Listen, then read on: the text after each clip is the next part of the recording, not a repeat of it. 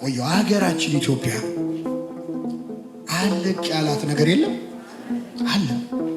አንዴ ወደ እሳት አንዴ ወደ ውሃ የሚጥላት መሽቶ ሲነጋ ምን ሰማው ዜና ትናንት ውሃ የነበረች ሀገር ዛሬ እሳት የምትሆንበት ምክንያት ምንድን ነው? ጋህን ማዘዝ ከፈለግ ጹም። ባሪያ መሆን ካልፈለግ የፍትወት የምኞት ተገዥ መሆን ካልፈለግ ጹም። ኃይል ታገኛለህ፣ ታየዋለህ። ሰይጣን ይፈራሃል፣ አንተ ሰይጣንን አትፈራ። ስትጾም እሳት ይተፋል አፍ አይኑን ይወጋዋል ስግደትና ጸሎት። ያቺ ሴት መጣ ጨርቁን ነክታ ደሟ ምን አለ? የኢትዮጵያ ደም መቼ ነው የሚቆመው? የቱ ጋር ብንነካው ነው? በቃ ሁላችንም ሲጋፉ እንደነበሩት ሆነን ቀረን ማለት ነው። አንድ በእምነት ጨርቁን የሚነካ ጠፋ ማለት ነው።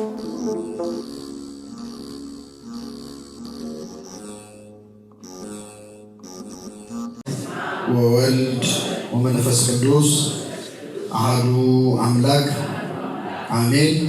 የተከበሩ አባታችን የዚህ ታላቅ ደብር አስተዳዳሪ፣ ክቡራን አበው መምህራን፣ ካህናት፣ የቤተ ክርስቲያን ሊቃውንት፣ ምዕመናን፣ ምዕመናት ሁላችሁ በእግዚአብሔር ሰላምታ እንደምናመሻችሁ እንደምናዋላችሁ አሜን። ምሕረቱን ቸርነቱን አብዝቶ እስከዚህ ያቆየን። በእድሜያችን ላይ የዛሬዋን ዕለት ይችን ሰዓት የጨመረልን የአባቶቻችን አምላክ ልዑለ ባሕርይ እግዚአብሔር ስሙ የተመሰገነ ይሁን። እንኳን ደህና ቆያችሁ። እንደሱ ነው የምትቀበሉት።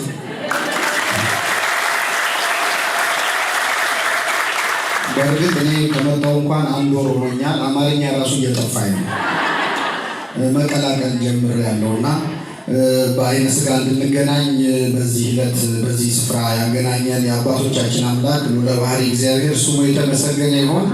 እግዚአብሔር አምላካችን ከመካከላችን እንዲሆንልን፣ እንዲያስተምረን፣ እንዲመክረን፣ እንዲገስጸን የእርሱ ቅዱስ ፈቃድ ይሁንልን። የትምህርታችን ርዕስ በማርቆስ ወንጌል ምዕራፍ 2 ከቁጥር 18 እስከ 22 ያለውን አንቀጽ መነሻ በማድረግ ይሆናል። የትምህርታችን ርዕስ የሚሆነው ሙሽራው ከነርሱ የሚወሰድበት ወራት ይመጣል፣ በዚያም ወራት ይጾማሉ በሚል ይሆናል። እስቲ ከኔ ጋር ትላላችሁ? ሙሽራው ከነርሱ የሚወሰድበት ወራት ይመጣል፣ ያን ጊዜ ይጾማሉ። በማርቆስ ወንጌል ምዕራፍ 2 ከቁጥር 20 ላይ ጌታችን መድኃኒታችን ኢየሱስ ክርስቶስ የተናገረው ቃል ነው። በዚህ ቃል ተነስተን አሁን የያዝነውን ጾመ ሐዋርያት የሚመለከት በቀጥታ ጌታችን ስለዚህ ጾም የተናገረው ቃል ስለሆነ በዚህ ቃል ተነስተን እንማራለን። ለአባቶቻችን ለነቢያት፣ ለአባቶቻችን ለሐዋርያት፣ ለሐዋርያውያን አበው፣ ለሊቃውንት በጉባኤያቸው ተገኝቶ ምስጢሩን ጥበቡን ገልጦ ያስተማረ አምላካችን እኛንም እንዲያስተምረን፣ እንዲመክረን፣ እንዲገስጸን የእርሱ ቅዱስ ፈቃድ ይሁንልን። የዮሐንስ ደቀ መዛሙርትና ፈሪሳውያን ይጾሙ ነበር። መጥተውም የዮሐንስና የፈሪሳውያን ደቀ መዛሙርት የሚጾሙት፣ የአንተ ደቀ መዛሙርት ግን የማይጾሙት ለምንድን ነው አሉት። ኢየሱስም አላቸው፣ ሙሽራው ከእነርሱ ጋር ሳለ ሚዜዎች ሊጾሙ ይችላሉን? ሙሽራው ከእነርሱ ጋር ሳለ ሊጾሙ አይችሉም። ነገር ግን ሙሽራው ከእነርሱ የሚወሰድበት ወራት ይመጣል፣ በዚያም ወራት ይጾማሉ። በአረጀ ልብስ ላይ አዲስ እራፊ የሚጥፍ ሰው የለም። ቢደረግ ግን አዲሱ መጣፊያ አሮጌውን ይቦጭቀዋል፣ መቀደዱም የባሰ ይሆናል። በአረጀ አቁማዳም አዲስ የወይን ጠጅ የሚያኖር የለም። ቢደረግ ግን የወይን ጠጁ አቁማዳውን ያፈነደዋል፣ የወይን ጠጁም ይፈሳል፣ አቁማዳውም ይጠፋል።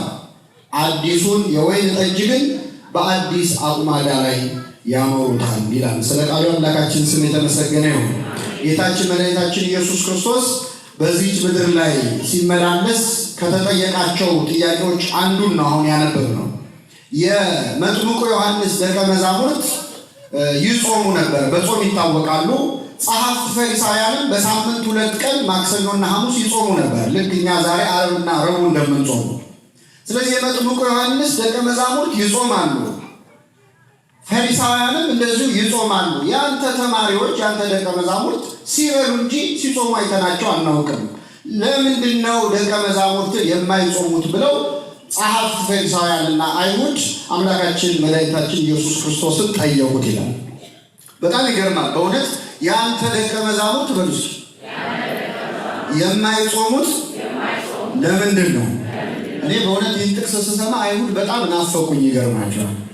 ያንተ ደቀ መዛሙርት ለምን አይጾሙም? አሁን የሚጠየቀው ለምን አይጾሙም ሳይሆን ለምን ይጾማሉ? ጾም ለምን ያስፈልጋል ብሎ በዚህ እንኳን እናመስግናቸው እንጂ አይሁድን አይደለም። አይሁድ ለምንድን ነው የማይጾሙት ብለው ነበር የሚጠይቁት። አሁን ነው ጾም ያስፈልጋል አያስፈልግም የሚለው ጥያቄ ሆኖ ተነስቶ ሀገር የሚበጠብጠው። ጸሐፍት ፈሪሳውያን ግን ምንም እንኳን ግብዞች ቢሆኑ ምንም እንኳን ጾማቸው ስጋዊ ቢሆንም ለምንድን ነው እኛ እየጾምን ያንተ ደቀ መዛሙርት የማይጾሙት ብለው ጠየቁት። ይህ ጊዜ ክርስቶስ ምን አለ? ሙሽራ ከእነርሱ ጋር እያለ ሚዜዎች ሊጾሙ ይችላሉ ወይ አለ። ሚዜ ሆናችሁ የምታውቁ ሰዎች ታውቁታላችሁ፣ አለዚያም ሙሽራ ሆናችሁ የምታውቁ ትኖራላችሁ። ሁለቱንም ለመሆን እቅድ ያላችሁም ትኖራላችሁ። ሙሽራ አጠገባቸው እያለ ሚዜዎች ሊራቡ ይችላሉ? አይችሉም። ሊያዝኑ ይችላሉ? እንደ ማቴዎስ ወንጌል ሊያዝኑ ነው የሚለው፣ እንደ ማርቆስ ወንጌል ሊጾሙ። ሙሽራ ከእነርሱ ጋር እያለ ሚዜዎች ምንም ሀዘን ሊገጥማቸው ሙሽራውን ላለማስከፋት ሲሉ ለጊዜውም ቢሆን ምን መስለው ይታያል? ደስተኛ ሆነው ይታያል። መብላት ባይፈልጉም ይበላሉ። ለምን? ካጠገባቸው ምኑ ስላለ? ሙሽራው ስላለ፣ ሚዜዎች ስላሉ። ለዚህ ነው የኔ ደቀ መዛሙርት የማይጾሙት አለ ክርስቶስ። ክርስቶስ በዚህ ንግግሩ ራሱን ሙሽራ አለ። ክርስቶስ ሙሽራ ነው። ሙሽራይቱ ቤተክርስቲያን ናት። አስቀድሞ መጥምቀ መለኮት ቅዱስ ዮሐንስ ተማሪዎቹ ሲቀንሱና ወደ ክርስቶስ ፈቀቅ ሲሉ ለምንድን ነው እንዲህ የሚሆነው ብለው ደቀ መዛሙርቱ ሲጠይቁት ሙሽራይቱ ያለችው እርሱ ሙሽራ ነው ብሎ ተናግሯል። ክርስቶስ ሙሽራ ይባላል። ቤተ ክርስቲያን ሙሽራይቱ ትባላለች። ሐዋርያት ደግሞ ደቀ መዛሙርቱ ደግሞ የሙሽራው ምኖች ይባላል? ሚዜዎች። መጥምቁ ዮሐንስ አርኩ ለመራዊ የሙሽራው ሚዜ ተብሎ ይባላል። ስለዚህ አምላካችን ኢየሱስ ክርስቶስ እኔ ሙሽራ ነኝ አለ። ቤተ ክርስቲያን ሙሽራይቱ ናት፣ ሐዋርያት ሚዜዎች ናቸው። ሙሽራ ከእነርሱ ጋር ያለ ሚዜዎች ሊጾሙ እንደማይችሉት ሙሽራው እኔ ከእነሱ ጋር ያለው ሐዋርያት ጾምን አይጾሙም። ሙሽራው ከእነሱ የሚለይበት ሰዓት ግን ምን ይላል? ይመጣል። ያን ጊዜ ምን ይላሉ? ይጾማሉ። ሙሽራው ያን ጊዜ የተለየው መቼ ነው? ሞትን ድል አድርጎ ከሞት ተነስቶ ወደ ሰማይ ምን ባለ ጊዜ? ባረገ ጊዜ ሙሽራው ከእነሱ ይለያል። በተለየ ጊዜ በዚያ ወራት ይጾማሉ አለ። ስለዚህ ክርስቶስ አንደኛ ሞትን ድል አድርጎ ከተነሳ በኋላ ወደ ሰማየ ሰማያት ምን እንደሚያርግ ነው የተናገረው። በጣም ብዙ ትንቢት ያለው ቃል ነው። በነገራችን ላይ አሁን ያነበሩ ሙሽራው ከነሱ የሚለይበት ወራት ይመጣል አለ። እኔ አብሬያችሁ ጊዜ አልኖርም ብሎ በሌላም ስፍራ ነግሯቸዋል። በምድር ላይ አስተምሮ አገልግሎቱን ፈጽሞ የመጣበትን አጠናቆ ግብረ ዘዋከኝ ፈጸምኩ፣ አባት ሆይ የሰጠኝን ስራ ፈጽሜ አከበርኩ ካለ በኋላ ወደ አብ የሚሄድበት ጊዜ ይደርሳል ብሎ ደጋግሞ ተናግሯል ክርስቶስ።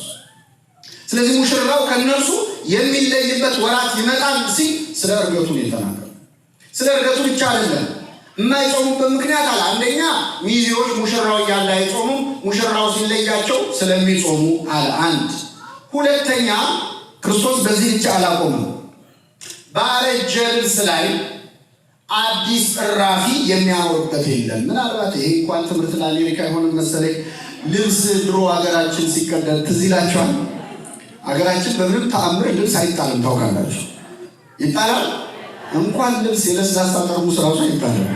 ምንም አይነት ዕቃ ሪሳይክል ይደረጋል። አገልግሎቱ ስሙ ይቀየራል። ልብስ እንኳን በጣም ቢያረጅ ወይ መወልወያ ይሆናል እንጂ አገልግሎት ያቆማል አቆም። እና እስኪ አንድ ወደ ሀገራችሁ ተመለሱ። ትዝታ ስለሆነ ነው። ምን አለ? ልብስ ሲያረጅ ምን ይደረጋል? ልብስ ሰፊ ቤት ይሄድና ምን ይደረጋል? ይጣፍበታል፣ ወይ ላዩ ላይ ጨርቅ ይጨመርበታል። ልብሱ በጣም ካረጀ፣ በጣም ያረጀ ልብስ ላይ አዲስ ጨርቅ አምጥተህ ብትሰፋበት የአዲሱ ጨርቅ ጥንካሬ የአሮጌውን ጨርቅ ድክመት የበለጠ ያጎላውና መቀደዱ የባሰ ይሆናል። ስለዚህ በአሮጌ ልብስ ላይ አዲስ መጣፊያ የሚጨምርበት አዲስ ጨርቅ የሚያደርግ የለም ማለት ነው። ይህም ብቻ ብሎ አላቆምም። በአሮጌ አቁማዳ ደግሞ ወይን በሚደረግበት በአሮጌ አቁማዳ ላይ አዲስ የወይን ጠጅ ሊያደርጉበት የወይን ጠጁ ኃይለኛ ስለሆነ ስለሚፈላ ፈርመንት ሲያደርግ የሚፈጥረው ኃይል ሲፈላ አሮጌውን አቁማዳ ያፈነደዋል። ወይን ጠጁ ይፈሳል፣ አቁማዳው ይጠፋል። ስለዚህ ክርስቶስ ሐዋርያት ለምን አይጾሙም ለተባለው የሁሉ መልስ አይደለም። አንደኛ ሙሽራው ከነርሱ ምን እስኪል ድረሳል እስኪል፣ ሁለተኛ አሮጌ አቁማዳ ላይ አሮጌ ልብስ ላይ አዲስ ጨርቅ ስለማይደረግ ወይም አሮጌ አቁማዳ ላይ አዲስ የወይን ጠጅ ስለማይ አሮጌ አቁማዳ አሮጌ ጨርቅ ያላቸው ሐዋርያት ነው። አሮጌ ጨርቅ ያላቸው ሐዋርያት ነው። ለምን? ገና ያረጀ ማንነት ያላቸው፣ ገና ብልየት ላይ ያሉት፣ ገና ብሉይ ኪዳን ላይ ያሉት አልታደሱም። ገና እየተማሩ ነው። በተማሩት አልጸኑም። ክርስቶስ እስኪያርግ ድረስ እኮ ሐዋርያት ተምረው አልጨረሱ። ይገርማል። ተምረው አልጨረሱ። ጌታ ሊያርግ ሲል የጠየቁትን ጥያቄ ሐዋርያት ሥራ ምዕራፍ 1 ላይ ሄዱና አንብቡት። የሰማችሁ ጌታ ሊያርግ ሲል ምን እንዳሉ ታውቃላችሁ? ዘንድሮ መንግስት ታቋቁማለህ ወይ ማለት ከሞት ተነስቶ ሊያርግ ሲል እንደው በጣም ያሳዝናል። 3 ዓመት ተምሮ ሰው እንዴት እንዲህ አይነት ጥያቄ ይጠይቃል? ጌታ አዘነና መንፈስ ቅዱስ ልክላችኋለሁ፣ እሱ ሁሉን ነገር ምን ይላችኋል? ያስተምራችኋል። ስለዚህ አሮጌ ነው የሐዋርያት ማንነት። ገና ብልየት ውስጥ ገና እርጅና ውስጥ ያሉት በአሮጌ ማንነታቸው ላይ አዲስ የወይን ጠጅ አዲስ ራፊ የተባለች ጾምን ብጨምርባቸው ያልጸና ሰው ጾም ይችላል? ይችላል እንዴ? እኔ በትክክል የሚያሳይ ነገር ልንገራቸው። አንድ አባት አንድ ብሔረሰብ ላይ ሄደው ያስተምራሉ፣ ክርስትናን እንደ አዲስ ማለት እና አስተምረው በጣም ብዙ ምዕመናን አጠመቁ። ከዛ እንደተጠመቁ ጾም ጀምሩ ቢባሉ ያው ይከብዳል። በአሮጌ ጨርቅ ላይ አዲስ ራፊ መጨመር ይሆናል። ስለዚህ እስኪ ለው አነስ ያለ ጾም እንደዘዛቸዋሉ እና 15 ቀን ጾም የምትጾማለች ምንድን ነች? ፍልሰታ ነው። በቃ ፍልሰታን ጾሙ። ምግብ አትብሉ አላችሁ፣ እስከ 9 እስከ 6 አላችሁ። ግን የጥሉላት መባለት የሚባሉትን ስጋ፣ ቅቤ፣ ወተት፣ እንቁላል እንዳትነኳላችሁ ነው አለ። ችግር የለም ስጋ ቅቤ 15 ቀን ችግር የለም። የሚገርማችሁ ያ ብሔረሰብ ዋነኛ ምግቡ ስጋ ወተት ነው የሚጠጣው፣ ስጋ ነው የሚበላው፣ በወተት ነው የሚጎነጨው ሲወጣ ስጋ። ግን 15 ቀን ችግር የለም አለ። ለ5 ቀን ጾሙ። ከምን ተከልክለው? ከስጋ፣ ከቅቤ፣ ከወተት፣ ከእንቁላል ተከልክለው። 5 ቀን ሲሆን ማዛጋት ጀምሮ ሰለቻቸው። ከዛ ከመሀላቸው አንደኛው ሰው የተነሳና እኔ የምለው ቄስ አይራ ትሉ ብለዋል እንዲ ሲሉ ሌላኛው አይራ ሲሉ አልሰማንም። በቃ ችግር የለውም ብለው በወተት ፈንታ ምን ሲበሉ ቀረው። ልክ ጾሙ ሲያልቅ አባመተው ጾም እንዴት ነው ሲሏቸው አይራ ላይ ኖሮ ሞተን ነበር። አሁን ያባት ምንድን ያደረጉት? በአሮጌ ማንነት ላይ አዲስ ጨርቅ አለመጨመር ማለት ነው። ገብቷችኋል? ስለዚህ ክርስቶስ ሐዋርያት ለምን አይጾሙም? አንደኛ ሙሽራው ከእነሱ ምን ማለት አለ? መለየት አለ። ሁለተኛ እነሱ ደግሞ መታደስ አለባቸው። በምንድን ነው የሚታደሱት? በመንፈስ ቅዱስ ነው። ሙሽራው ከእነሱ በ40 ቀን ከተለየ በኋላ በ10ኛው ቀን ወይም ከተነሳ በ50ኛው ቀን በአውሎ ነፋስና በእሳት ኃይል የሆነው መንፈስ ቅዱስ ወደ እነሱ ወረደ። ያረጀ ማንነታቸውን አደሰው። ስለዚህ ሐዋርያት ታደሱ። ፈሪ የነበሩ ጥሩዓን ሆኑ፣ ደፋሮች ሆኑ። ትንሽ ነገር የሚያስጨንቃቸው ድንጉጦች የነበሩ ለሰማዕትነት ዝግጁ ሆኑ። አንዲት ሴት ፊት ክርስቶስን የካደ ፈርቶ አንዲት ገረድ የነበረች ሴት ምንም ስልጣን የሌላት አንተ ከናዝሬቱ ከኢየሱስ ጋር ነበር ስትለው ደንግጦ የካደ ቅዱስ ጴጥሮስ ከአንዴም 3 የካደ ጴጥሮስ 3000 ሰው ፊት ቆሞ አስተማረ። 6000 ሰው 3000 ሰው ፊት። ይህንን መታደስ ያመጣው ማን ነው? መንፈስ ቅዱስ። ስለዚህ ክርስቶስ ስላለ የሚጾሙት አንደኛ ሙሽራው ወደ ሰማያት ምን ስል ነው ሳለ፣ ሁለተኛ እነሱ ደግሞ ከአሮጌ ማንነት ወደ አዲስ ማንነት ሲያደርጉ ነው አለ። ጸጋ መንፈስ ቅዱስ። ስለዚህ ክርስቶስ በዚህ ጫረፍተ ነገር ውስጥ በዚህ አንቀጽ ውስጥ 3 ነገሮችን ነው ትንቢት የተናገረው። አንደኛ ወደ ሰማየ ሰማያት ምን እንደሚል፣ ሁለተኛ መንፈስ ቅዱስን ምን እንደሚል እነዚህ ሶስተኛ መንፈስ ቅዱስን ከተቀበሉ በኋላ ሐዋርያት ምን እንደሚያደርጉ እንደሚጾሙ ሙሽራው በሚወሰድበት ጊዜ ያን ጊዜ ምን ይላል? ይጾማሉ። አሁን የያዝነውን ጾመ ሐዋርያት ማለት እንግዲህ ጥቂት ነገር በእውነት ሙሽራው ከነሱ ስለሚወሰድበት ጊዜ ሳንናገር ወደ ጾም አልገባም። በእውነት አምላካችን ኢየሱስ ክርስቶስ ሞትን ድል አድርጎ ከተነሳ በኋላ በአርባኛው ቀን ወደ ሰማየ ሰማያት በይባቤ መላእክት በግርማ መለኮት ወደ ሰማይ አርጓል። የክርስቶስ ስቅለት ብዙ ጊዜ እንደው ብዙ ሳይነግረን ነው ያልፈዋል። አንድ ቀን ነው የሚከበረው እንደምታውቁት ሐሙስ ቀን ነው የሚከበረው። ሁለተኛ እኛ ጾመን ካላረድን በስተቀር በዓል መስሎ አይሰማንም። ስለዚህ እንደው ተደስቶ ስለሚያልፍ ሙሽራው ከእነሱ የሚወሰድበት የዕርገቱ ቀን ዝም ብሎ የሚታለፍ ጥቂት ነገር መናገር ያስፈልጋል። ክርስቶስ ምድር ላይ ሳለ ያደረገውን ስራ ያጠናቀቀበት አክሊለ በዓላት የሚባል ልክ አንድ ንጉሥ ልብስ ለብሶ ሁሉን ነገር ካደረገ በኋላ መጨረሻ ላይ የሚደፋው ምንድን ነው? ዘውድ ነው፣ አክሊሉን ነው። የክርስቶስ በዓላት ሁሉ የመጨረሻው ዘውድ ዕርገቱ ነው። ክርስቶስ ያደረገበት ነው። ምድር ላይ ካያቸው ተአምራት አራት ታላላቅ ተአምራት አንደኛው ያደረገበት ነው። የመጀመሪያው ተአምር መወለዱ ነው። ሁለተኛው ተአምር ሞትን ድል አድርጎ መነሳቱ ነው። ሶስተኛው ዕርገቱ። ሲወለድ ጥቂቶች ያዩት። እኛ በእምነት መነጽር እናከብራለን እንጂ ክርስቶስ ሲወለድ ባይኑ ያየ የለም። እንደው እነሱ መሆን እንላለን። ጥቂቶች ያዩት ሲወለድ። ሞትን ድል አድርጎ ሲነሳ ጥቂቶች ያዩት። ሐዋርያት ቅዱሳት አንስት አይተዋል። ከ500 ለሚበዙ ወንድሞች ታየ፣ ለኬፋ ታየ፣ ለያዕቆብ ታየ። ከሁሉ በኋላ ጭንጋፍ ለመሆን ለእኔ ታየ ይላል ክርስቶስ። ጥቂቶች ያዩት ክርስቶስ ወደ ሰማይ ሲያርግስ 11 ሐዋርያት አንጋጠው እያሉት ከፍ ከፍ አረገ ይላል። ሶስቱ ታላላቅ በዓላት ናቸው። ግን አጠቃላይ ስንት በዓል ያለው እያቸው? አራተኛው በዓል ገና አልመጣም። ክርስቶስ ዳግም ሊፈርድ የሚልበት ቀን ነው፣ የሚመጣበት ቀን ነው። ያንን ይሆናል። ሲወለድ ያዩ ትንሽ ሰዎች ናቸው። ክርስቶስ ከሞት ሲነሳም ያዩ ጥቂቶች ናቸው። ሲያርግም ያዩ 11 ናቸው።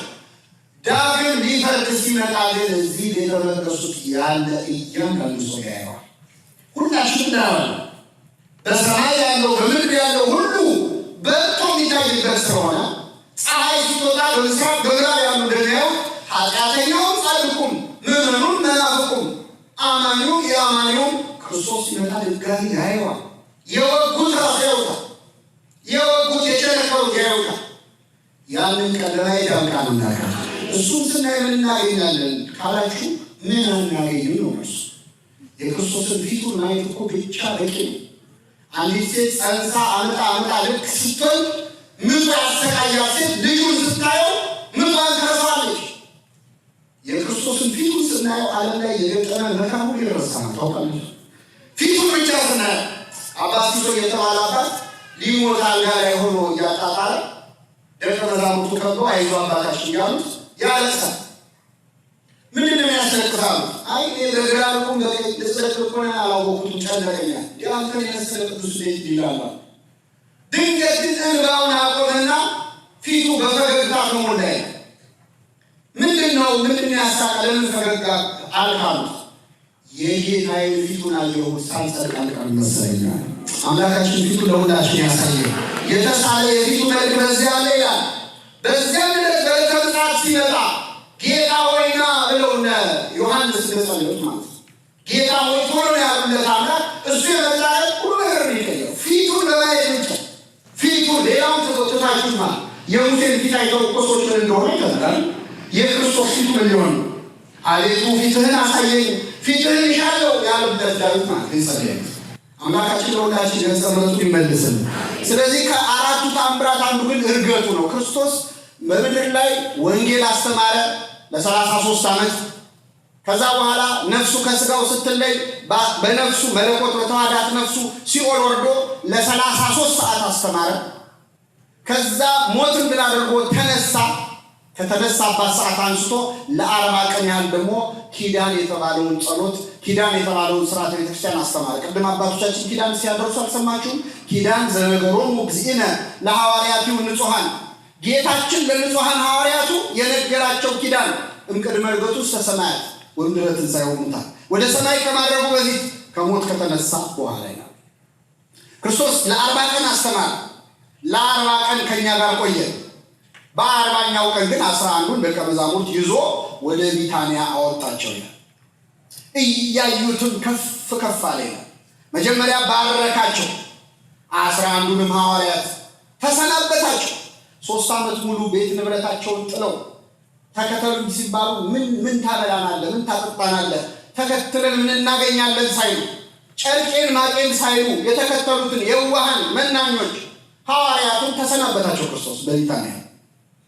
ከዛ እያዩት ከፍ ከፍ አለ ይላል። ሐዋርያት አንጋጠው እያዩት ደመናም ሰውራ ተቀበለች። ምን ሰውራ ተቀበለች?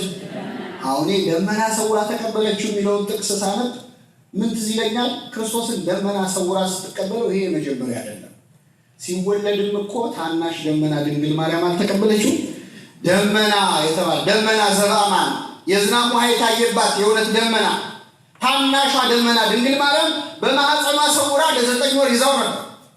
አሁን ደግሞ ሐዋርያት እያዩት ደመና ሰውራ ተቀበለችው። ደስ እያላቸው ወደ ኢየሩሳሌም ተመለሱ ይላል። ምን እያላቸው? ሰው ሸኝተን ስንመለስ ደስ እያለ እንደምንመለሰው እያዘነ፣ ሐዋርያት ግን ምን እያላቸው ተመለሱ? እንዲህ ተሰለቻችተው ነበር እንዴ? ተጨካክሎ አይደለም። ክርስቶስ ሲያደርግ ደስ ያላቸው፣ እሱ ሲሄድ የሚሄዱበትን አሳያቸው። ልብ አድርጉ። ከወራት በፊት እኮ በዚያው በኢየሩሳሌም አደባባይ መሬት ለመሬት እየተረገጠ ሲጎተት እኮ አይተውታል። ክርስቶስ ሲቸነከር አይተውታል። ሲተፋበት አይተውታል። ልብሱን እርቃኑን በአደባባይ ሲገፈፍ አይተውታል። እንደዚያ ስለ ሰው ልጅ ፍቅር የተዋረደውን ጌታ ከፍ ከፍ ሲል ከማየት በላይ ክብር አለ እንዴ? ደስታ አለ? ደስ እያላቸው ተመለሱ። የክርስቶስ ክብሩ ታያቸው። ሁለተኛ ቃል ገብቶላቸዋል። ከእናንተ የምለይበት ጊዜ አለ፣ ወደ አባቴ እሄዳለሁ፣ በአባቴ ቤት ብዙ መኖሪያ አለ፣ ስፍራ ለእናንተ አዘጋጅላችኋለሁ ብሏቸው። ስለዚህ ሐዋርያት ክርስቶስ ሲያርግ ሲያዩ ቤት ሊያዘጋጅላቸው ስፍራ ሊያዘጋጅላቸው እንደሆነ ተስፋ ነው። ሶስተኛው መንፈስ ቅዱስ እልክላችኋለሁ፣ እኔ ካልሄድኩኝ አጽናኝ ወደ እናንተ አይመጣም ብሏቸው ነበር። ስለዚህ አጽናኝ መንፈስ ቅዱስ ሊመጣ እንደሆነ አውቀው ጽኑ የአብን ተስፋ ስለተባሉ ጠብቁ ስለተባሉ አባቶቻችን ሐዋርያት ወደ ኢየሩሳሌም ተመለሱ። በአንድ ልብ ሆነው፣ የዚህ ጉባኤ ርዕስ ነው፣ በአንድ ልብ ሆነው ያመኑት ሁሉ በአንድ ልብ ሆነው በጸሎት ይተጉ ነበር ይላል። ለ10 ቀናት ያህል ልክ እንዲህ እንደተሰበሰብ ነው ሐዋርያት ቅዱሳት አንስት 120 ቤተሰብ ተሰብስበው በጸሎት ይተጉ ነበር። እመቤታችንም በመካከላቸው ነበረች። እመቤታችን ከሁላችን ጋር ትሆንልን። መንፈስ ቅዱስ ሲወርድ በሐዋርያት መካከል ነበረች ድንግል ማርያም። እሷ መንፈስ ቅዱስን ልትቀበል አይደለም ከሐዋርያት መካከል የተገኘችው። መንፈስ ቅዱስ የጸለላት የልዑል ኃይል ያደረባት ገና ክርስቶስን ስትጸንሰው ነው። ከኔ ጋር ናችሁ? አዎ። ሐዋርያትና ያመኑት ሁሉ በአንድ ልብ ሆነው በጸሎት ይተጉ ነበረ። በጸሎት እየተጉ ሳለ ድንገት አውሎ ነፋስ መጣ፣ ያሉበትን ቤት አናወጸው ይላል። ከኔ ጋር ናችሁ? ምዕመናን፣ በነፋስና በእሳት አምሳል መንፈስ ቅዱስ ወደዚያ ቤት ወረደ። መንፈስ ቅዱስ ከዚህ በፊት ሲወርድ እኮ አይተነዋል። ክርስቶስ ሲጠመቅ ወርዷል አልወረደም? በምን አምሳል ወረደ? በርግብ አምሳል። በርግብ አምሳል የወረደበት ምክንያት ለክርስቶስ ኃይልን ሊሰጠው አይደለም፣ እሱ የእግዚአብሔር ልጅ መሆኑን ሊመሰክር፣ ምስጢረ ሥላሴውን ሊገልጥ። ስለዚህ በርግብ አምሳል። አሁን ግን በኃይል ወረደ። መንፈስ ቅዱስ ያሉበትን ቤት አናወጽ። እንደ እሳት የተከፋፈሉ ልሳኖች ታዩአቸው፣ ብዙ ቋንቋዎች ተገለጠላቸው። ወተናገሩ በነገሩ ሁሉ በሐውርት፣ በየቋንቋው ሁሉ ተናገሩ ይላል። በየምን ሁሉ ተናገሩ? በየቋንቋው። ይህ ቀን የቅድስት ቤተክርስቲያን የልደቷ ቀን ነው። ቤተክርስቲያን የተወለደችው በጰራቅሊጦስ ዕለት ነው። በየቋንቋው ሁሉ ተናገሩ ሐዋርያት። እግዚአብሔር ታስታውሳላችሁ፣ የሰው ልጆች እግዚአብሔርን ላይ አምፀው ትልቅ ህንፃ ሰርተው በባቢሎን ሜዳ በሰናዖር እግዚአብሔር እንዲቃወሙ ሞክረው ነበር። ይህንን ፕሮጀክት ራሱ እግዚአብሔር ነው ያስቆመው። ምን አድርጎ? የሰዎችን ቋንቋቸውን ምን እናድርገው? እንደባልቀው። የሰናዖር ሰዎች በትዕቢታቸው ቋንቋቸው ተደበላለቀ። ሐዋርያት ደግሞ በትሕትናቸው የዓለም ሁሉ ቋንቋ ለነሱ ተሰጠ። እግዚአብሔር በባቢሎን የበተነውን ቋንቋ በጰራቅሊጦስ ዕለት በበዓለ ሃምሳ ሰበሰበው ማለት ነው። ይህን ባደረገ በማግስቱ ሙሽራው ከነሱ ከተወሰደ በ10ኛው ቀን አሮጌዎቹ ሐዋርያት አሮጌ አቁማዳ አሮጌ ጨርቅ የተባሉ ሐዋርያት በመንፈስ ቅዱስ በታደሱ በማግስቱ ያን ጊዜ ይጾማሉ ይላል። ያን ጊዜ ምን ይላሉ? ይጾማሉ። አሁን ያለንበት ጾመ ሐዋርያት ማለት ነው። በጣም ይገርማል። ሐዋርያት ጸጋ እንደተሰጣቸው ወደ አገልግሎት አልገቡ። ጸጋ እንደተሰጣቸው ቋንቋ ችለናል እንጠቀምበት እንጂ ለዛሬ ካልሆነ ብለው ወደ ሌላ ሀገር አልሄዱ። ሰባኪው ስብከት ስለቻለ፣ ዘማሪው መዝሙር ስለቻለ፣ አጥማቂው መፈወስ ስለቻለ ሀብተ ክህነት የተሰጠው ሁሉም ጸጋው ስላለው ቀጥታ ወደ አገልግሎት መግባት የለበትም። መጾም አለበት። ምን ማድረግ አለበት? ሐዋርያት ጸጋን ባገኙ በማግስቱ ምን ጀመሩ? ጾም ጀመሩ። ጸጋችንን ለመጠቀም እግዚአብሔር ይርዳል። ምክንያቱም ሰው በተሰጠው ጸጋ ሊኮነን ይችላል እኮ ታውቃላችሁ። ጸጋችን መጥፊያችን ሊሆን ይችላል። መጥፊያችን ሊሆን ይችላል። ሰው በጸጋው ምክንያት ወይ በትዕቢት ይወድቃል። በጸጋው ምክንያት በከንቱ ውዳሴ ይወድቃል፣ በዝሙት ይወድቃል፣ በብዙ ነገር ይወድቃል፣ እስከ ክህደት ይደርሳል። በቤተክርስቲያን ታሪክ ትልልቅ ጸጋ ያላቸው ሰዎች እኮ ናቸው የወደቁት ታውቃላችሁ። አርዮስን የመሰለ ገጣሚ ነበር እንዴ! በጣም ድንቅ ገጣሚ። እሱ የገጠመውን ግጥም በየቦታው እያሉ እኮ ክህደቱን ሰው ሁሉ በቃሉ ይዞት ነበር። አርያኒዝም የሚባለው ክህደት በሰው አፍ ላይ ገብቶ ነበር። ንስጥሮስ ባለሙያ ነበረ፣ ጸሐፊ ነበረ፣ ቀዳሽ ነበረ፣ አወዳሽ ነበር። ብዙ ባለጸጎችን አታለች በትዕቢት ምክንያት። ለዚህ ነው አባቶቻችን ጌታ ሆይ ጸጋን አትስጠኝ፣ ከሰጠኸኝ ከጸጋው ጋር አብረህ ትሕትናውን ስጠኝ ይላል። ለሁላችን ይስጥ። በተሰጠው ትንሽ ነገር ሰው ይታበያል፣ ይወድቃል። ስለዚህ ሐዋርያት ቋንቋ ሲሰጣቸው ወደ ስብከት አልሄዱም። ጾሙ። ጾመ ሐዋርያት ብንለውን ጾሙ።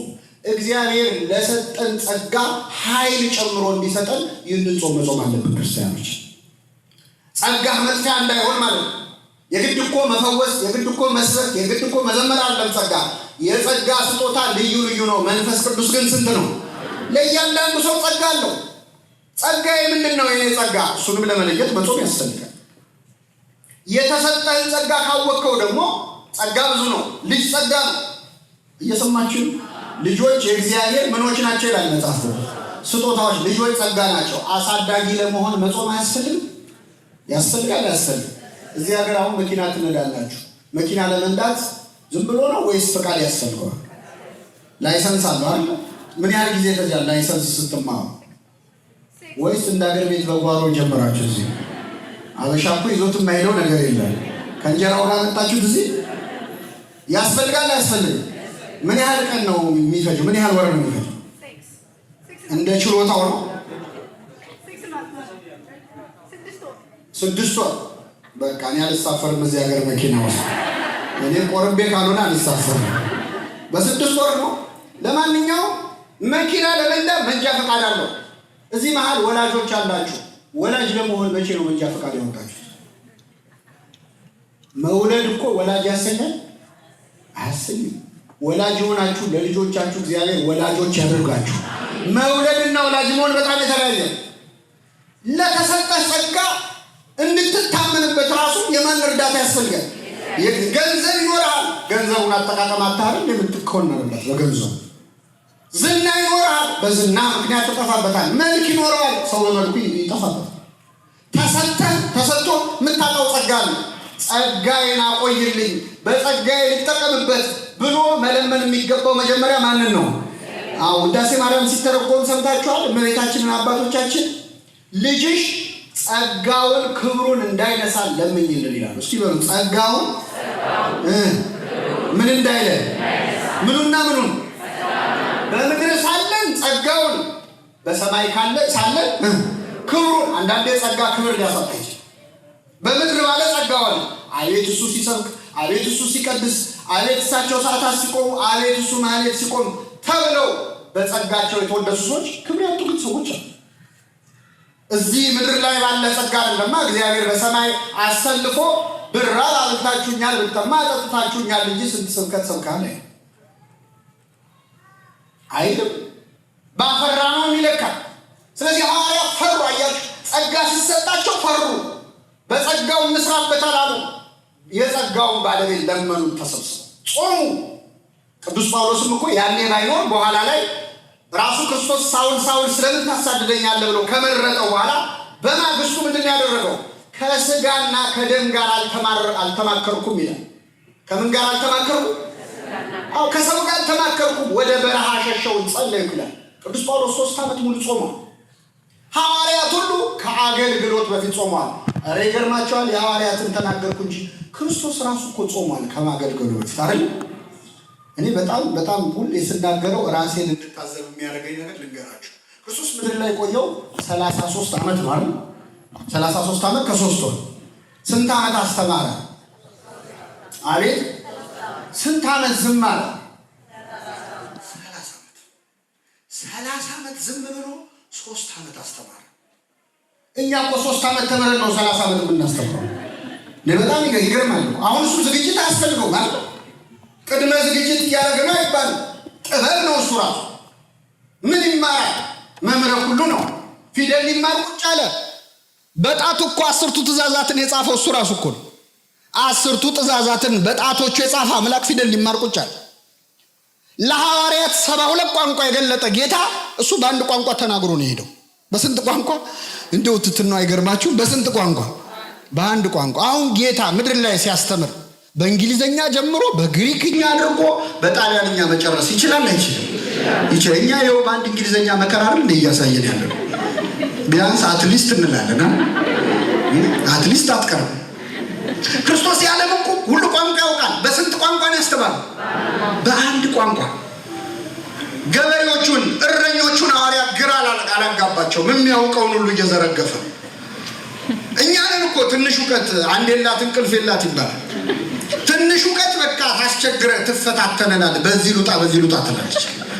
ጌታ ሁሉን እያወቀ በአንድ ቋንቋ አስተምሮ በትህትና እሱ ካረገው በላይ እንዲያደርጉ አደረጋቸው። እውነት እላችኋለሁ በእኔ የሚያምን እኔ የማደርገውን ያደርጋል፣ ከዚያም በላይ ያደርጋል። ልባሉ እሱ ዳሶ ግፋ ቢል ደግሞ ጨርቁን ሰዎች ዳሰው ተፈውሰዋል። እነ ጴጥሮስ ግን በጥላቸው ፈወሱ። እሱ ካደረገው በላይ እንዲያደርጉ አደረጋቸው። ጌታ በጨርቁ ወይ በመዳሰስ ወይ በቃሉ ነው። አባ ጊዮርጊስ ዘጋስጫም ይላል ሐዋርያትን እንዴት ያለ ክብር እንደሰጣቸው እዩ። እሱ ካደረገው በላይ እንዲያደርጉ አደረጋቸው። ዞሩ፣ አስተማሩ። 12 ናቸው በእውነት ሐዋርያት። ስንት ናቸው? 12 ሆነው ዓለምን አዳረሱ። 12 ሰባኪያን። ይቅርታ አድርጉልኝ፣ አሁን ሀገራችን እዚህ ነገር አላውቅም። አንድ ደብር ላይ 12 ስብከተ ወንጌል ኃላፊ አለ።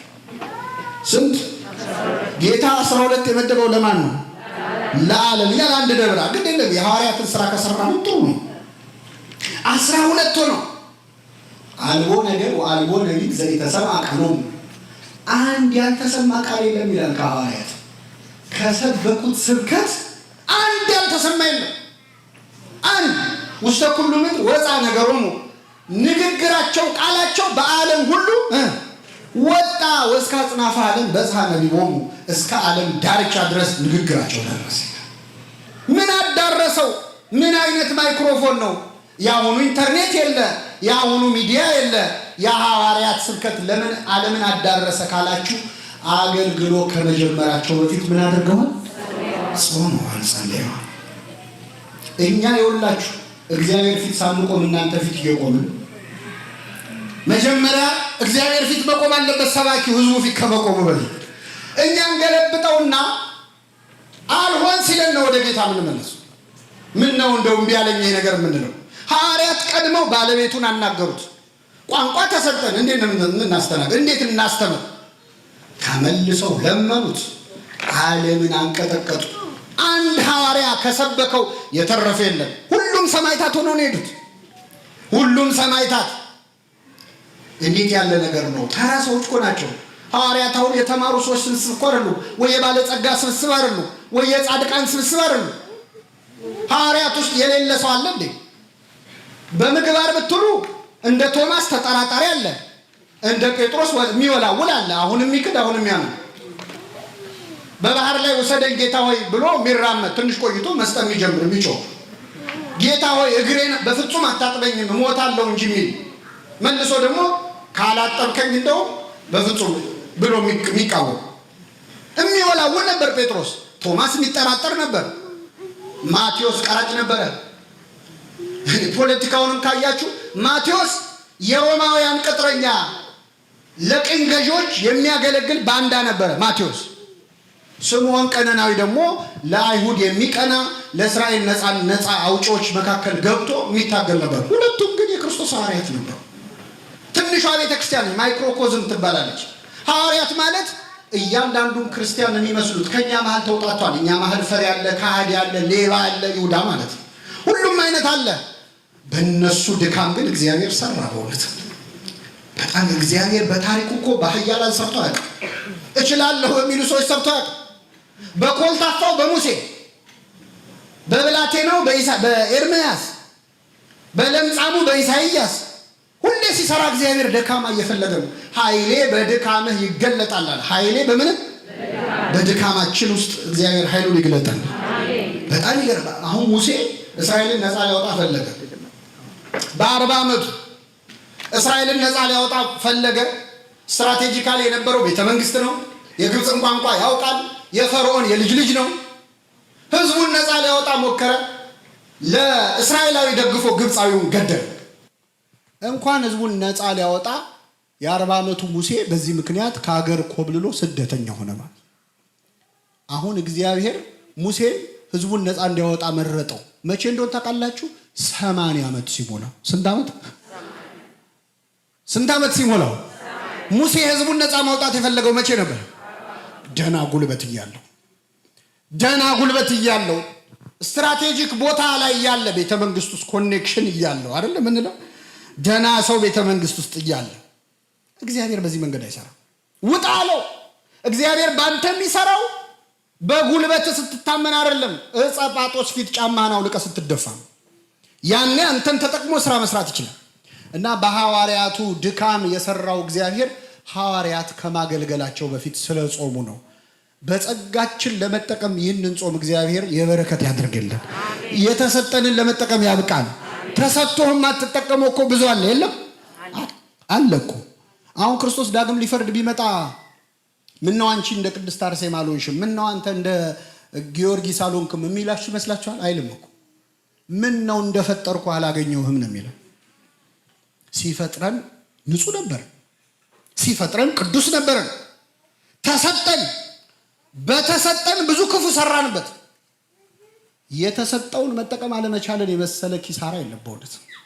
እና አባቶቻችን ሐዋርያት በዚህ ጾም ያገኙትን በረከት ለሁላችን ያድርግልን። የሐዋርያትን ጾም የምንጾመው ጸጋችንን እንዲያበዛልን ያለንን ጸጋ መጠቀም እንድንችል ነው። እንዴት እንጾም የሚለውን ልንገራችሁ እናበቃለሁ። እንግዲህ ስንጾም እንዴት ነው የምንጾመው? መቼስ ቤተክርስቲያናችን የጾም ቤተክርስቲያን ናት። እንደምታውቁት በዓመት ውስጥ የግድ መጾም ያለብን ስንት አጽዋማት አሉ? 7 አጽዋማት አሉ። ወይ ማለት እንግዲህ በዓመት ውስጥ ወደ 9 ወር እንጾማለን፣ ወደ 8 ወር እንጾማለን። ወደ ስንት ወር? ምናልባት አሁን እንዲህ ስደምረው ክው ያለ ሰው ይኖራል እዚህ መሃል። ወይ ገለውን የለ እንዴ እንዳት የኛ ቤተክርስቲያን 7 አጽዋማት። ጾም በዝቷል እና አንዳንድ ሰው በጣም የሚብከነከን አለ። ጾም በዛ ይላል። ጾም በዝቷል አልበዛ? እሺ ጾም ትወዳላችሁ አትወዱ? ትወዳላችሁ። ጾም ሲገባ ነው ሲወጣ ነው እንኳን አደረሳችሁ የምትባባሉ? እንደው ፈገግ ብላችሁ ሲወጣ ነው። ምን ጥርጥር አለ? የጾም ጠላቶች እኮ ነው። ሐዘን ለአብዳን ይላል ቅዱስ ያሬድ። የሰነፎች ሐዘን ነች፣ የጠቢባን ደስታ ናት ጾም። እግዚአብሔር በጾም ምን እንደሚሰጥ የገባው ሰው ሳልበላ ብሞትስ ይላል፣ ቢቀርብኝስ ይላል። በተለይ ወደ አዳማዊው ማንነት መመለስ ከፈለግ፣ ወደ ጥንተ ተፈጥሮ ቅድስና መመለስ ከፈለግ፣ የምግብ መጫወቻ መሆን እንዲያቆም ከፈለግ። አሁን እኮ እኛ የምግብ መጫወቻ ነን ታውቃላችሁ። ሳንበላ መኖር አንችል። በጣም እኔ በእውነት ምግብና እንቅልፍ ነው ከእርግማን በኋላ የወረደብን ነገር። እኔ በጣም ሰው የሚያሳዝነው በዚህ ነው በእውነት። ከኔ ጋር ናችሁ? አሁን ምድር ላይ አንድ ሰው ቢኖር 100 ዓመት ኖረ እንበል። 100 ዓመት ቢኖር ከ100 ዓመቱ 50 ዓመቱን ተኝቶ ነው የሚያሳልፈው። ምን አድርጎ ቀንሶ 50 ዓመት የለ 50 ዓመት ቀረ። 50 ዓመቱን የሚኖር መሰለ? ቆይ ልንገርህ፣ ከ50 ዓመት ውስጥ ሲበላ የሚያሳልፈው ስንት ዓመቱ? አይ የአሜሪካን አላልኩም። እኔ በእውነት እዚህ ሀገር ከመጣው ያየሁት በጣም የገረመኝ አባቶች በእውነት ምግብ ረጅም ሰዓት ነው እዚህ የሚበላው። 3 ሰዓት እኔ እንደው 7 አይደለም እግዚኦ ነው መባል ያለበት ማለት ርዝመቱ ትንሽ በጣም ማለት በጨስ ከሀገር ስንወጣ የመጀመሪያችን አይደለም ግን የዚህ ትንሽ በዛ። አዎ በጣም ረዘም ይላል። ስታርተርም አለ ሜን ኮርስ አለ። እኛ ስታርተር ረሃብ ነው የምናውቀው ማለት ሰውየው ስታርት ለማድረግ ዝግጁ ነው አይደለ? ከራበው ስታርተሩ አለ፣ ከዛ ሜን ኮርስ አለ። 4 ሰዓት 3 ሰዓት እንዴ በእውነት ያስኮነናል። ከዛ ደግሞ የሚደፋው ምግብ ቅዱስ አምብሮስ ቢያይ ምን ይላል? አሜሪካን ሀገር ብሎ የሚጮህ ይመስለኛል። በእውነት አንተ ያስተረፍከው ምግብ ያጣው የወንድም ራት ነበረ ይላል። አንተ የማትለብሳቸው በቤት የሰቀልካቸው ልብሶች የወንድም ልብሶች ነበሩ። ይሄንን ተወውና ግን ምግብ ስንበላ የምንፈጀው ጊዜ አለ። ምግቡን ለማዘጋጀት የምንፈጀው ጊዜ አለ የለም? ለማብሰል፣ ለመታጠብ፣ መጸዳጃ ቤት ለመግባት የምንፈጀው ጊዜ አለ። ከ100 ዓመቱ ስንት ዓመት ቀረ? እችም ኑሮ ሆና ደግሞ መንገድ ላይ በትራፊክ ደግሞ የምታሳልፉት አለ አይደል? የነዳችሁ ለእንጀራ ጉዳይ ብለን ስንሄድና ለእንጀራ ጉዳይ ብለን ስንመለስ ማለት ለመኖር ሲዘጋጅ ይሞታል ሰው። በእውነት አያሳዝንም? በጣም ትንሽ ጊዜ። ለዚህ ነው ቤተክርስቲያን ስንቅ እንድታቆይ ስለፈለገች ጾም ያበዛችሁ። ለዚህ ነው እንደፈለክ መሆን ከፈለክ፣ ነፃ መሆን ከፈለክ፣ ስጋህን ማዘዝ ከፈለክ ጾም።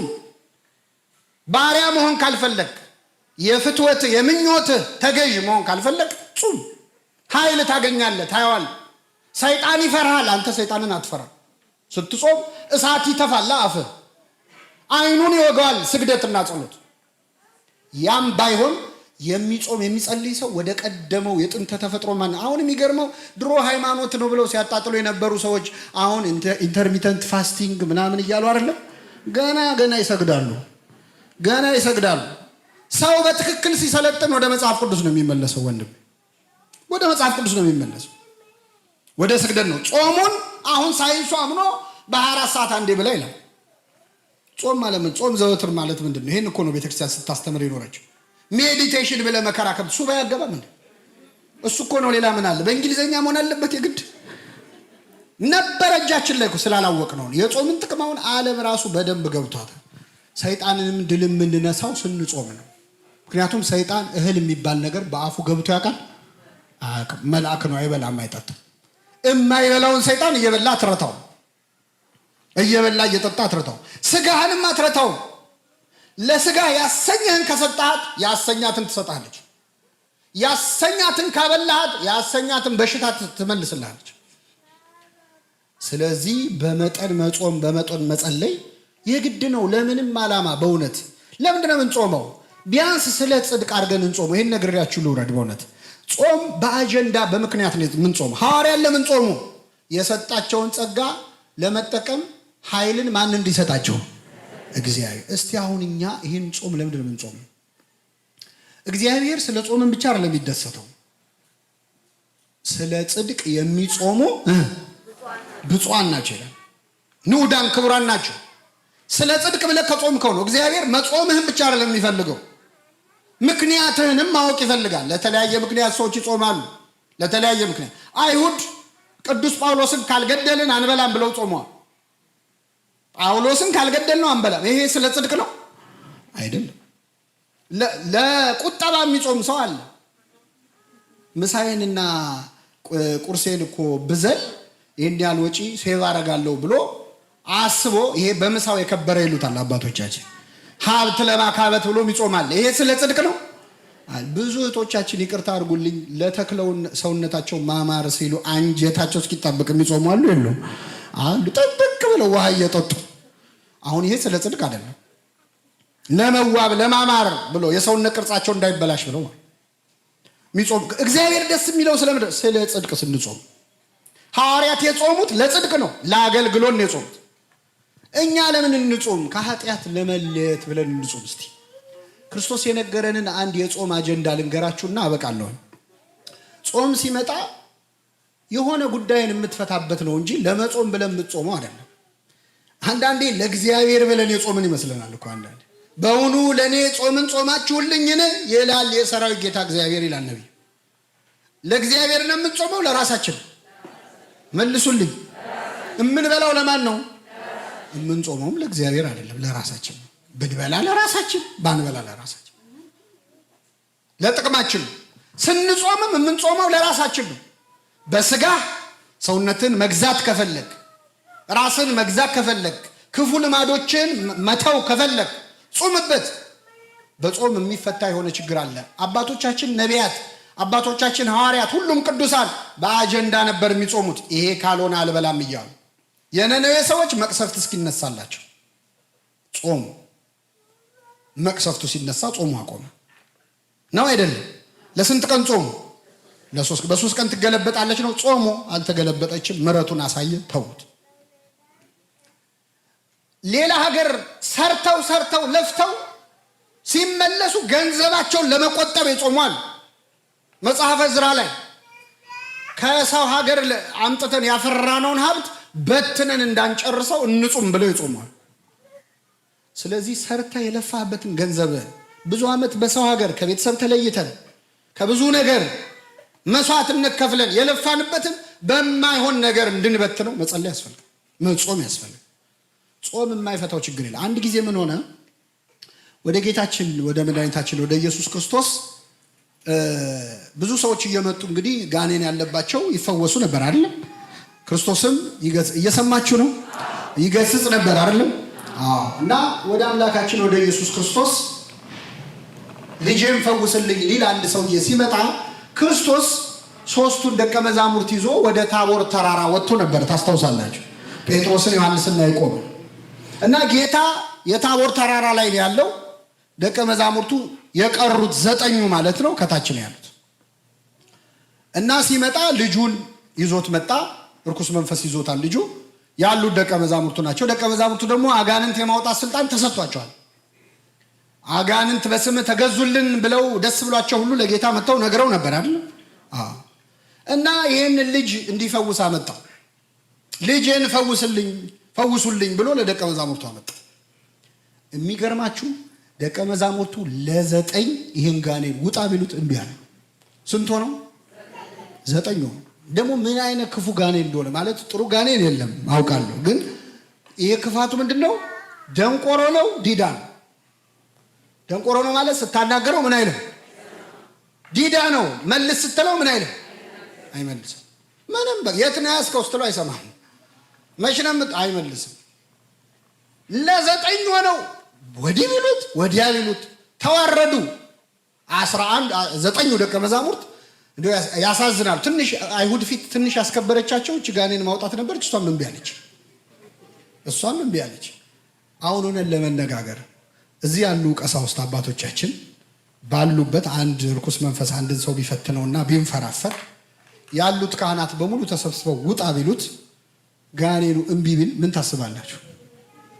ድሮም አሜሪካ እኮ ካህን የለም፣ አገር ቤት ቀረ። እኛ ሌሎች አባቶች እንደዛ ነው የምንለው እኮ። ሌላ ቀን ጋኔን ያወጡ ሰዎች ራሱ አባቶች ዛሬም ቢላቸው ባለፈውም ሲያጭበረብሩ ነው የምንለው። ከባድ እኮ ነን እኛ አይደለም? ትናንት የሰሩትን አስበን እናከብራቸው። ትናንት ኖህ በሰራው መርከብ የዳኑ እነ ካም አይደሉ እንደ የዘበቱት እንዴ? ትናንት በሰራው መርከብ እኮ ነው እኛ የዳን ነው። ዛሬ ችግሩን እንሸፍንለት ብለዋል አላለም? ካም ገለጠበት ይላል። ትናንት ያገለገሉንን ካህናት ዛሬ እናዋርዳለን። አይ ምንም ቢሆን እኮ እንዲያርገውልኛል አንል እና ህዝቡ አጉረመረመ። አቤት አይችሉም ለካ ምንም እምቢ አላቸው። ለ9 ውርደት ነው ይላል። መቼስ በእርግጠኝነት ጉድ ነው። እኔ ድሮም አይጥሙኝም ይላል ሰው። ልብ ብላችሁ ከሆነ የሆነ ነገር ሲበላሽ የበፊቱም እንደው ችግር ነበር ይላል እንጂ እንደው አጋጥሞ ነው አይደል? ከኔ ጋር ናችሁ? እና ለ9 ወዲህ ቢሉት ወዲያ ቢሉት እምቢ አለ ጋኔኑ። ጸሐፍት ፈሪሳውያን ደግሞ ደስ አላቸው። እስካሁንም ትንሽ የተከባበሩት ርኩስ መንፈስ ሲወጣ አይተው ደንግጠው ነበር። እንደማይችሉ ሲያውቁ በጥያቄ ያጣደፏቸው። ሐዋርያት ደግሞ ምንም አያውቁም፣ እውቀት የላቸውም፣ አልቻሏቸው። ይህን ጊዜ ይሄ ሁሉ ጭንቀት እንግዲህ ለ9 ሲዋረዱ ጌታ ሐዋርያቱን ይዞ የት ነው ያለው ብያቸዋል። የት ነው ያለው? ጴጥሮስ እዛ ምን ይላል? ጌታ ሆይ በዚህ መሆን ለኛ እዛ ወንድሞችን ለ9 ይሰቃያሉ፣ አንተ በዚህ መሆን እኛ አንዳንዴ ኮንፈርት ዞን ላይ ስንሆን የሌላው ችግር አይታየንም እኮ አይደል? ጥሏቸው እኮ ሊሄድ እኮ ነው። እዛው ሊኖር ድንኳን 3 ዳስ እንስራ ይላል። ህንፃ ኮሚቴ ሊያቋቁም በጣም ይገርማል። ህንፃ አሰሪ እዛው 3 ዳስ ለአንተ ለሙሴ ለኤልያስ። እዛ 9ኙ ችግር ላይ ናቸው። ወረዱ። በእውነት ለመናገር ጴጥሮስ እዛ ቢኖር ኖሮ ክርስቶስ እኛን ማዳን ይችል ነበር፣ ያድነን ነበር ማለት እዛው ታቦር ተራራ ላይ ቢቀሩ ኖሮ ሁላችን እንድናለን። አባ ጊዮርጊስ ሚላል ጴጥሮስ ወይ ምን ማለት ነው? በዚህ ሞለኛ መልካም ነው የምትለው? እኛ አንተ እዛ የእሱን ፊት እያየ ብትኖር ደስ አይለንም። እኛ ወርዶ ፊቱን በጥፊ ሲመታ ነው ምንድነው ይላል። እኛ ድንኳን ሲተከል ሲሰራለት ድንኳን ሲሰራለት አይደለም መስቀሉን ድንኳን አድርጎ ከኃጢአት እሳት ሲከልለን ያኔን ምንድነው? ምን ማለት ነው ጴጥሮስ ይላል። ለማንኛውም ክርስቶስ ወረደ። ሲወርድ 9ኙ ሐዋርያት ኩምሽሽ ብለው ቆመዋል። በዚህ ጸሐፍት ፈሪሳውያን አሉ። ልጁ ጋኔን የተያዘበት ሰውዬ ቆሟል። መጣና ምን አለው? ጌታ ሆይ ልጄ በርኩስ ጋኔን ተይዟል። አብሮ አደግ ጋኔን ነው ያዘው። ከልጅነቱ ጀምሮ ነው ያዘው። አንዴ ወደ እሳት አንዴ ወደ ውሃ ይጥለዋል። በጨረቃ ይነሳበታል አለ። በምን ይነሳበታል? ሰይጣን ለተንኮሉ ማታ ጨረቃ እየጠበቀ የሚያሰቃያቸው ሰዎች አሉ። ጨረቃ አምላክ እንድትመስላቸው ማለት በጨረቃ ይነሳበታል። ሲለው ወደ እሳት ሲለው ወደ ውሃ ይጥለዋል። አብሮት ያደገ እርኩስ መንፈስ ነው። ወደ ደቀ መዛሙርት አመጣሁት፣ ሊፈውሱት አልቻሉም። ቢቻልህስ ልጄን ፈውስልኛል። ምን ቢልህስ? ምን ቢልህስ? ለክርስቶስ ቢቻልህስ አሉ። አያችሁ፣ ደቀ መዛሙርቱ ካልቻሉ ያው መምህራቸውም የነሱ ቢጤ ነው ብሎ እኮ አሁን ክርስቶስን ያስናቅነው እኮ እኛ ተማሪዎቹ ነን። እኛ ስለማንችል እሱ የማይችል እንዳይመስላችሁ አደራ። እኛንን ያልቻልነው እሱ አይደለም። እሱ ይችላል። እሱ አሁንም ይሰራል።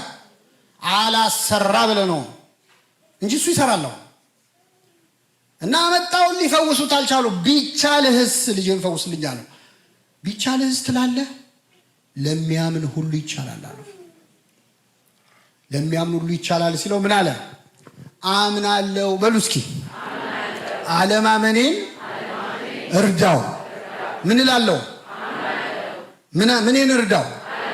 ይሄ ሰውዬ ያምናል አያምንም? ያምናል አያምንም? አምናለሁ አለ አላለ? ከዛ ምን አለ? ያምናል አያምንም? ተምታታባችሁ አይደል? እሱም እንዲህ ነው የተምታታበት።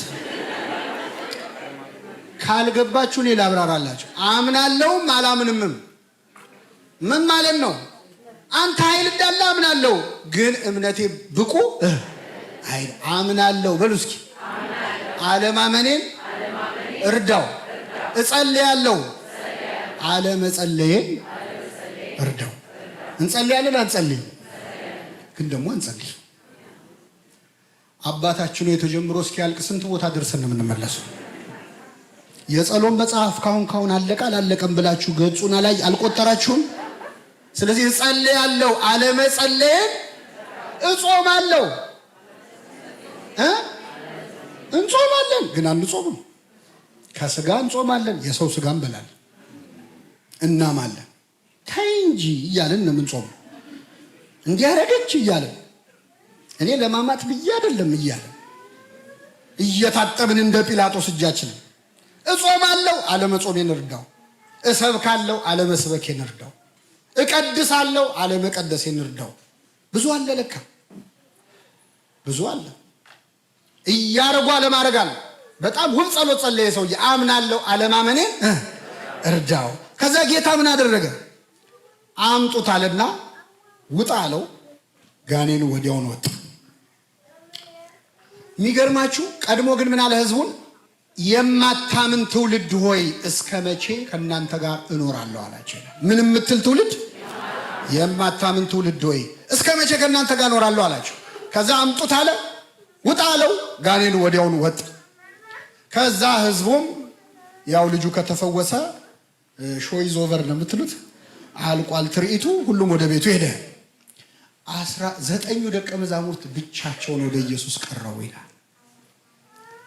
ብቻቸውን ወደ ማቀረቡ አገልጋዮች ብቻቸውን ወደ ኢየሱስ መቅረብ አለባቸው። ብቻቸውን፣ ካህናት ብቻቸውን።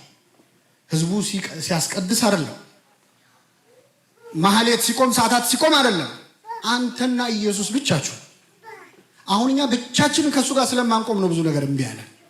ብቻቸውን ቆሙ። ምን አሉት? ጌታ ሆይ እኛ ልናወጣው ያልቻልነው ለምንድን ነው አሉት። ጌታ ሆይ እኛ ሰብከን ሰውን ለንስሐ ልናበቃ ያልቻልነው ለምንድን ነው? እኛ ተናግረን ማሳመን ያልቻልነው ለምንድን ነው? ለብቻ ይጸልያል አገልግሎት እንደ ሐዋርያት ለምንድን ነው ያቃተን? ስለ እምነታችሁ ማነስ ነው አለ። ስለ ምናችሁ ማነስ ነው? እዚህ ላይ አስተውሉ። ቅድም ህዝቡን ጋኔኑን ከማውጣቱ በፊት የማታምን ትውልድ ሆይ አላቸው ይላል። ምን የምትል ትውልድ? ህዝቡን ምን አለው? የማያምን ነው አለው አይደል? ደቀ መዛሙርቱ ደግሞ መጥተው ሲጠይቁት ስለ እምነታችሁ አሁን ይሄ ልጅ ከዚህ ጋኔን ያልተፈወሰው በማን እምነት ችግር ነው? በህዝቡ ነው? በሐዋርያት? በሐዋርያት ነው? በህዝቡ ነው? በሁለቱም ነው አይደል? ህዝቡን የማታምን ትውልድ፣ ሐዋርያትን ደግሞ ስላለማመናችሁ ነው ብሏል። ግን ክርስቶስ ጥንቃቄውን ተመልከቱ። ህዝቡ ፊት እነዚህ ሐዋርያት እኮ እምነታቸው ስላነሰ ነው እንጂ እኔማ ስልጣን ሰጥቻቸው ነበር፣ አዋረዱኝ አይደል አላለም። ህዝቡ ፊት አልገሰጸም። ካህኑን ህዝቡ ፊት የሚያዋርድ አምላክ አይደለም። በነገራችን ህዝቡን ገሰጸው። አሁን እኛ ደስ የሚለን ለምንድን ነው ሰው ታሞ የማይፈወሰው? ለምን እንዲህ አይሆንም ሲባል አባት የለማ ትላለህ። አንተ እምነት የለህም ነው የሚለው ክርስቶስ። ግን የማታምን ትውልድ ነው ለአንተ ነው የሚልህ። ስለ ካህናቱ ለብቻቸው ያናግራቸዋል። ለብቻቸው ሲያገኛቸው ምን አላቸው? ስለ እምነታችሁ ማነስ ነው አለ። ከዛ ምን አለ? ይህ አይነቱ ጋኔን ግን ያለ ጾምና ያለ ጸሎት አይወጣም። እንግዲህ ከአጋንንት መሃል ሁሉም ጋኔን እኩል አይደለም ኃይሉ። በነገራችን ላይ ከሊቃናት መሃል ይወደቁ አሉ። ከዋኖቹ ዋነኞቹ የነበሩ መላእክታት እነሱ ዝም ብለው አይወጡም። ያለ ጾምና ያለ ጸሎት አለ። ጾምና ጸሎት ብቻ የሚፈታው ችግር አለ አለ ጌታ። ይህንን ልጅ ከልጅነቱ ጀምሮ አለቀው ያለ አንዴ ወደ እሳት አንዴ ወደ ውሃ እየጣለ ሲያሰቃየው የነበረው ጋኔን ያለ ጾምና ያለ ጸሎት አይወጣም። አሁን እኔና እናንተ ከልጅነት ጀምሮ አለቅ ያለ ጋኔን የለብንም ወይ ነው? ኧረ ቆይ እኛ እናቆየው። ሀገራችን ኢትዮጵያ አለቅ ያላት ነገር የለም አለ። አንዴ ወደ እሳት አንዴ ወደ ውሃ የሚጥላት መሽቶ ሲነጋ የምንሰማው ዜና ትናንት ውሃ የነበረች ሀገር ዛሬ እሳት የምትሆንበት ምክንያት ምንድን ነው? መቼ ነው የሚቆመው የኛ ነገር? ያቺ ሴት መታ ጨርቁን ነክታ ደሟ ምን አለ? የኢትዮጵያ ደም መቼ ነው የሚቆመው? የቱ ጋር ብንነካው ነው? በቃ ሁላችንም ሲጋፉ እንደነበሩት ሆነን ቀረን ማለት ነው። አንድ በእምነት ጨርቁን የሚነካ ጠፋ ማለት ነው። ለምንድን ነው ደሟ የማይቆመው? ክርስቶስ ብቻ ማቆም የሚችለው ደም አለ። እሱ ብቻ ማውጣት የሚችለው ጋኔን አለ። ያለ ጾም ያለ ጸሎት አይወጣም። እያንዳንዳችንስ በእውነት ከልጅነት ጀምሮ አለቅ ያለን አመል የለም፣ ሱስ የለም፣ ኃጢአት የለም፣ ልማድ የለም። በጨረቃ የሚነሳብን ምንድን ነው? ወጣቶች ማታ ማታ የሚጀምር ኃጢአት የለብንም? ማታ ማታ አንዴ ወደ እሳት አንዴ ወደ ውሃ አንዴ ወደ ሰዓታት ወደ ማህሌት አንዴ ወደ ጭፈራ ቤት አንዴ ወደ ጠበል አንዴ ወደ መጠጥ አንዴ ወደ መዝሙር አንዴ ወደ ዘፈን ወደ ውሃ ወደ እሳት ይጥለዋል የተባልነው እኮ እኛ ነን። ሞከርን ከስንት ልማድ ለመላቀቅ። ዘንድሮንማ እንደው ጌታ ይባርክ ከዚህ ያላቀኝ ብለን ታግለን ዝተን ተመልሰን ያው ነው። ለምን ይህ አይነቱ ጋኔን ያለ ጾምና ያለ ጸሎት አይወጣም። እግዚአብሔር አሁን በምንጾመው ጾም አለቅ ያለንን እርኩስ መንፈስ ከኛ ያርቅልን። የሰማነውን በልቡናችን ያሳድርብን።